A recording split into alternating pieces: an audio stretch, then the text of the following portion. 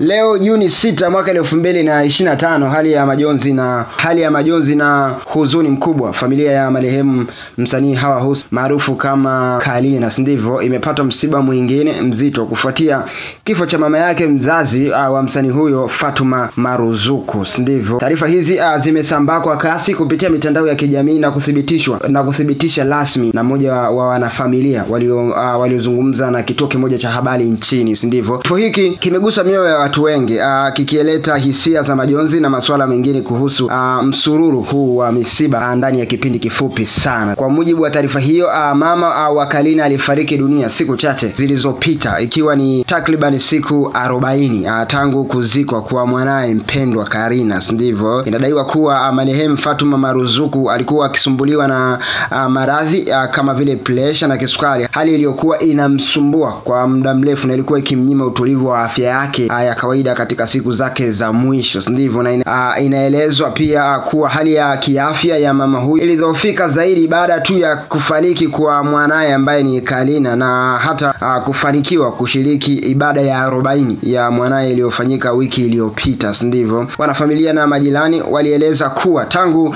msiba wa Kalina mama yake alikuwa katika hali ya majonzi makubwa, akilia kila siku na mara kadhaa karibu kutokana na hali ya afya kuendelea kudhoofika. Kalina hakuweza kustahimili wa binti yake wa pekee. Alikuwa ni mkimya sana, alilia sana na kila siku alikumbuka kila tukio. Hii ni huzuni ya kweli kwa familia yetu, alisema moja kati ya ndugu ambao wako naye karibu, ndivyo. Kama unakumbuka, Kalina alifariki mwezi uliopita baada ya kuugua kwa muda mrefu kutokana na maradhi ya figo na mapafu, na taifa zima liliguswa na msiba huo kwa namna ya kipekee. Na alikuwa ni miongoni mwa wasanii waliopata maarufu mkubwa nchini kupitia mashindano ya Bongo Star Search, ndivyo, BSS, ambapo sauti yake na kipaji chake kilivutia Tanzania. Kifo cha mama yake sasa kinaongeza maumivu kwa familia iliyokuwa bado haijapoa na vidonda vya msiba wa awali. Watu wengi wameeleza kuwa ni kama familia hiyo imechukuliwa na majonzi msururu wa vifo vinavyotokea. Yes, roho ya marehemu ilazi mahali pema peponi na Mwenyezi Mungu ampokee kwenye uzima wa milele, ndivyo. Wewe mdau na mfuatiliaji wa Mbayu TV, inawezekana umeguswa sana na huu msiba kutokana na msiba umekuwa ni wa mara kwa mara, ndivyo.